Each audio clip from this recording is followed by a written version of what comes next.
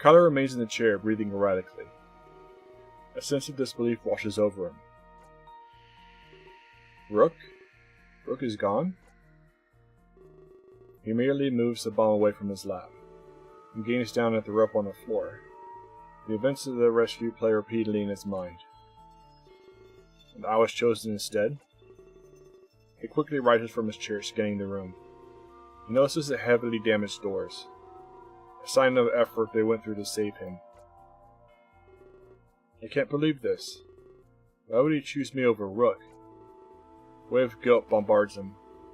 He presses himself against a nearby wall and sighs. Max was right. I've been lying to everybody all along. They don't even know who I really am. They didn't save who they thought they did. This is all my fault. If I was honest, they would have picked Rook. But he said because they liked me more. They don't even know the real me. He sends his fist against the wall, crying softly. I knew my act would only cause harm, but I never thought it would be this much. I'd never be able to tell them the truth. If they knew I'd saved a liar, they'd never forgive me. They'd shun me. He hits the wall again. His paw on fire with pain, but he doesn't care. I hate you, Max. He sniffles and pushes himself away from the wall. Before he acts any further, he hears voices outside. Huh? Are people moving around already? I thought everyone would be scared stiff. He walks to the door frame and peeks his head outside. Is that Acheron talking? But wait, I hear a female voice as well. He starts to listen more intently, as if they could tell the voice is silence.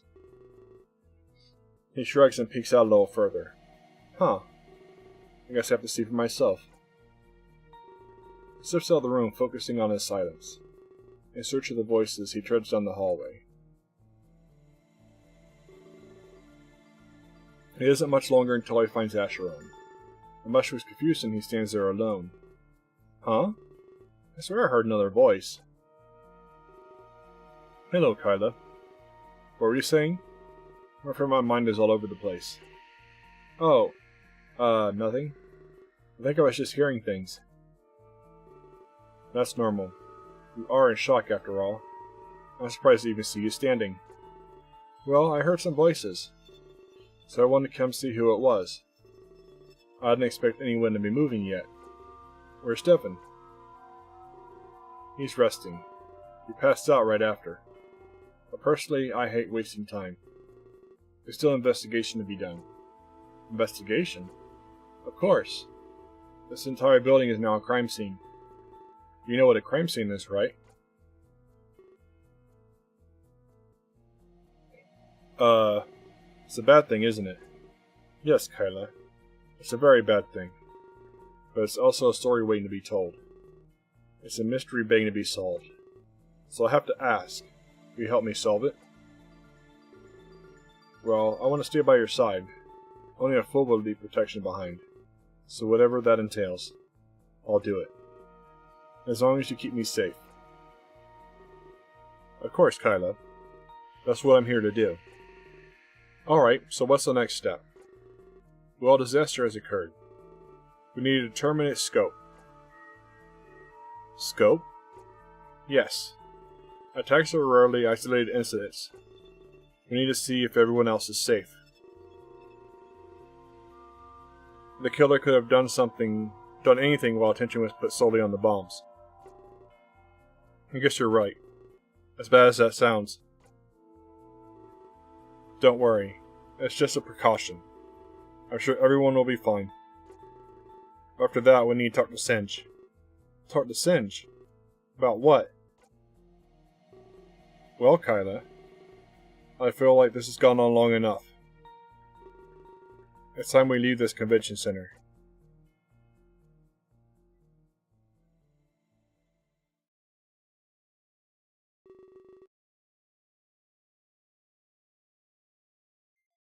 Vasquez brings himself to his feet. He shouts in an attempt to stop Nagy from leaving. Please, wait, please don't do this. You're still conscious? Father, why don't you just give up? You can't justify the salvation of Terra. But Terra houses billions, Nagi. You can't just condemn them to death. Father, they're already dead. You need to let go of these people. You're clinging to spirits. Unless you plan to use their energy. That's why you've been housing so many? I've heard about your rule, Father. You lighted the world, playing an immortal. I could kill you right now if I wanted to. Then why haven't you? I want you to watch this world crumble. I want you to see your hope wither away. It's your turn to be used as a pawn. This isn't the time for vengeance, Nagi. Please, just listen to me. I know that you have reason within you. Reason? I can't say that I do. But I will hear what you have to say. I'm curious how you justified this. You know how many worlds are out there? Each living a solitary existence? What if we could all be united? You mean the Exodus Project? I've heard of your failure, Father. Or will this time be any different? Failure? I'm not so sure about that. Nobody knew my true intent. I assure you the project succeeded. What? Yes, and now's the time for me to reap. I waited so long for this day, Nagi. The galaxy could finally unite as one entity. So you really want to open connections? Unleash your specters across the galaxy? Father, that would be devastating. I'm more inclined to side with Lord Blair. No one should come into contact with Terra. You create a truly disgusting world. But at the same time, you have power. Is that what you've been doing, Father? Collecting souls from Earth for harvest? That's twisted even for you. I can feel the energy growing within Terra. It means to an end, Nagi. Our thinking isn't so different after all. If they're already dead, what do we lose? The final act would be our salvation. A grand way to go, I'd say. I'm not sure how I feel about that. I would use his power for other means. Nagi laughs, once again echoing through the halls. Thanks for telling me, Father. I didn't think you'd be such an easy target. So it's a race then. See who can unleash this power first? I have to say, I'm glad it's come to this. Yes, I suppose you're right. But I know exactly who will win. And I've placed all my hope on it.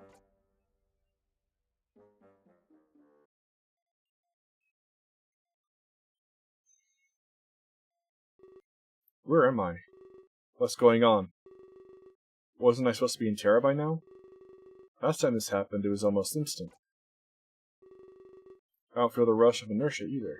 It's almost as if I'm not moving at all. That's certainly counterproductive. Especially if I was needed in Terra. I hear a voice, and I feel my feet touch the ground. Is someone calling out to me? I quickly face the direction that it came from. Sounds like someone panicking, calling for help. But as I chase after it, it gets worse. And suddenly, the one voice multiplies. It isn't long until I can't even hear my own thoughts. It is as if millions of voices are bombarding me all at once. Sheer volume brings me to my knees. I cover my ears, but this does next to nothing. It's almost like the voices are in my own head. Are these the voices of the people I have to save? Could it be something else? What's going on? I scream, begging them to stop, and nothing happens. The cacophony of voices continues to assault me. It feels like an eternity before they start to subside. But when they do, I'm utterly confused. The sight before me hurts my mind even more. Hey, Devin. I'm so glad to see you again. Rocker? Didn't Sin say he was murdered? With everything that happened, I thought Max did it. You're right. Max did kill me. I hate myself for trusting her like that. But it's already done, I can't go back. Ask him what he's doing here. I wonder if he knows where we are. I really don't know anything. In fact, I was going to ask you. Seems like you're important. Ever since Max killed me, it's almost as like we've been connected. I've been seeing things through your eyes. But I've been hearing all these voices too, so I don't think I'm the only one. Seeing things through my eyes doesn't make any sense to me. There are way too many voices, but sometimes you can make them out. I'm definitely watching you as well. It's one of those reasons I'm not scared. I don't feel like I'm really dead. Like, perhaps I can get out of here. Do you know anything about that? I would really like to go back home. A lot of people miss me right now. You're given the bad news. In fact, I was just as confused as he was. That's unfortunate. I was hoping you'd have some information, but I guess that's too much to ask for. He starts to fade away. Well, I keep thinking one thing. If this is really the afterlife, maybe I'll get to meet him again. Hey, don't go! We still need to talk. I shout as loud as I can. The bond with Rocker was strong enough. It seems like my desire was enough to bring him back. He looks around confusingly. I guess we both don't know what happened. That's odd. I felt like you were fading away. Another moment and I would have lost you. Well, I'm glad to have you back. I wasn't really ready to end that conversation. There's just so much to talk about. From my viewpoint, he was the one fading away. Oh, is that so? Well, we probably shouldn't question it. I think it's barking up the wrong tree. I agree. Everything about this was impossible. One question would lead to an infinite amount of them. It's best to stick to things we knew as fact. Well, I saw what happened. It seems that Max didn't stop at me. I can't imagine what you must have felt. Being forced to make a choice like that, and I closed my eyes, to be honest. Nobody should be put through that. But I guess Kyla lives into another day. We should try to focus on the positives. I smile and admire his optimism, but things were a little more complicated for me, and the bomb scenario was likely just the beginning. Did you know that Max has a list? At first I didn't know what it was, but it's clear that it's her hit list. A hit list? So she did plan every aspect of this. I asked Rucker who else was on the list. Perhaps I could use this information to my advantage. She showed it me just before I died. Honestly, it's all a blur. Let me think about it for a moment. He rests his paw on his chin and starts to ponder. Several moments pass before he starts to speak. When he does, he lists the names of my friends. Everybody under the roof of the convention center. Except for me, though. My name is mysteriously absent. I ask him why that is, assuming that maybe he forgot. No, he definitely wasn't there. I remember that part vividly. Maybe you are special. Special enough to be spared at least. I'm not sure if it was meant to be reassuring. Nevertheless, I'm thinking before moving on. Do you think you remember all that? Probably best to tell Acheron. Maybe he can make more of that information. It won't be hard for me to remember. Everybody but me is all I'd have to say. But I wonder why I was on her little list. Did it have to do with me being the savior? I shrug my shoulders and assume I'm correct. She said she wanted to teach me some lessons. Felt that taking my life was part of the equation. At this point, Rocky stood there in silence. I feel bad for getting lost in my own thoughts. I should probably capitalize on the time we have. He's fitting away. He mentioned him. I assumed he meant Clay, but I decided to ask. Oh no, not at all. There's somebody far more important. No offense to Clay, of course. I shrugged. I doubt he'd be hearing us in here. I listened intently and asked him to continue. Well, it's kind of a long story. I don't know if we have the time. For some reason I think we have more than enough. I tell him there's nothing to worry about. That is, unless he's too shy to continue. No, it's not that I'm shy. Well, it's partly because I'm shy. He rests his arm nervously, looking at the floor. Where passes before in this place. Would you promise not to repeat anything? I just feel like I should tell someone. You might be the last person I see. I have no reason to repeat anything. And oddly enough, what he said was true. I have no idea how or why I'm seeing him right now. After this, we never see each other again. This is probably going to seem random. I mean, why would I just open up so fast? But the truth is, I don't even know why.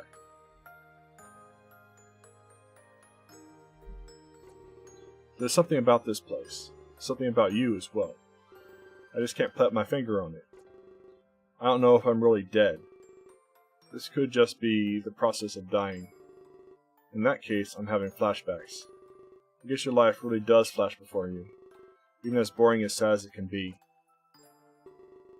My parents had so many kids, and of course, I was the last one born. By that time, I guess they stopped caring. Why would you need to raise Rocker? This must have been what they thought. They already raised 6 other children. I guess they thought they did it enough. Their desire to raise another child waned. I was neglected for most of my youth.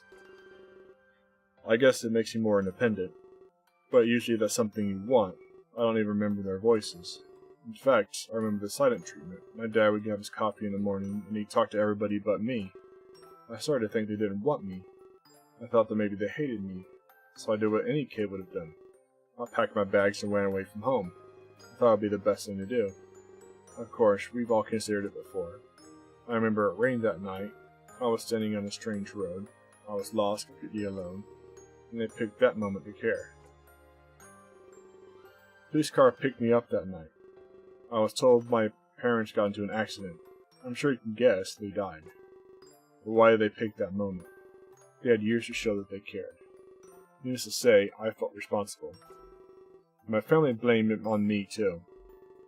None of my siblings took me into their care. Suddenly, nobody wanted me around. After that, I became government property. They had some programs that helped me. You know, keeping kids off the street. I was sent to a boarding school. I had to continue my education after all. And the free food and shelter was nice too. But I was still depressed at everything. I entered my teenage years with resent. High school was a nightmare at first. That is, until I discovered music. I looked forward to school every day. I don't know why, but it just calmed me. We tried all sorts of instruments, but I had an affinity for the guitar. The music teacher even took a liking to me.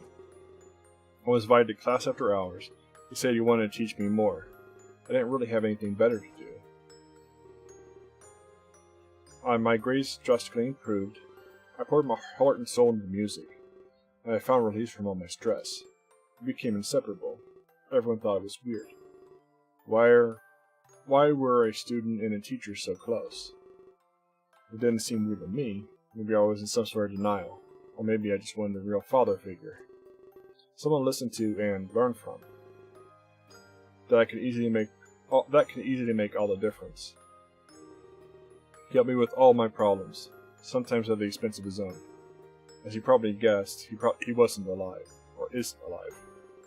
It turns out the music was his release too, but after so many years of doing it, well, I guess it stopped helping him. He didn't show up for almost a week. It was bad, so the police got involved. They found him dead in his home. He took his own life. I was devastated, completely lost. But I was too scared to run away, not after what happened last time. It turns out he put me on his will. I guess he didn't have family either. Maybe that's why we were able to relate. He left me one of his prized possessions, the bass guitar strapped to my back. That's why I believe what I do. People can live on through their belongings, live on through an eternal meaning. And I was glad that you agreed with me. It was a sentiment that I was lost to the agent. That's not all he gave me. Apparently, he had a lot in savings, so I got a sizable inheritance. It was enough to go to any school I wanted, so when I graduated, I was off to college. Soon enough, I fell into a slump. Probably the same one he did. The grades started to go down the drain, and my musical career wouldn't take off. I played in some pretty sketchy bars. But there was something I didn't know.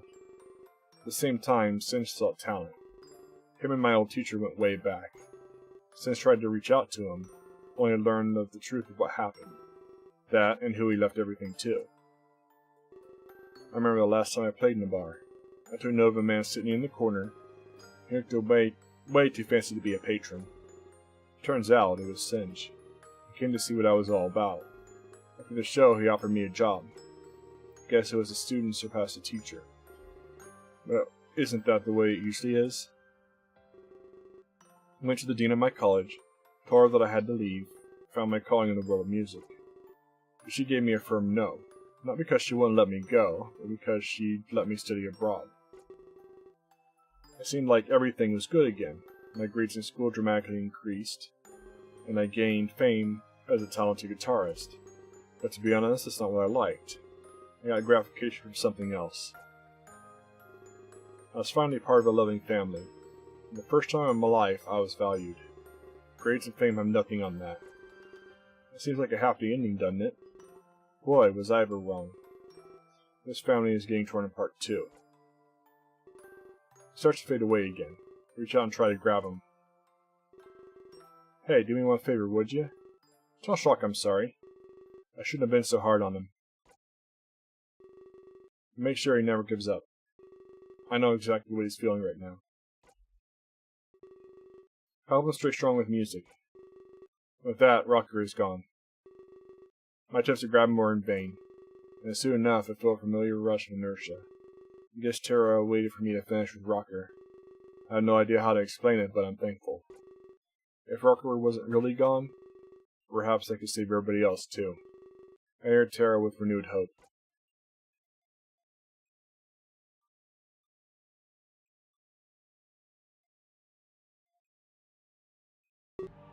So, you had a chat with Keelan?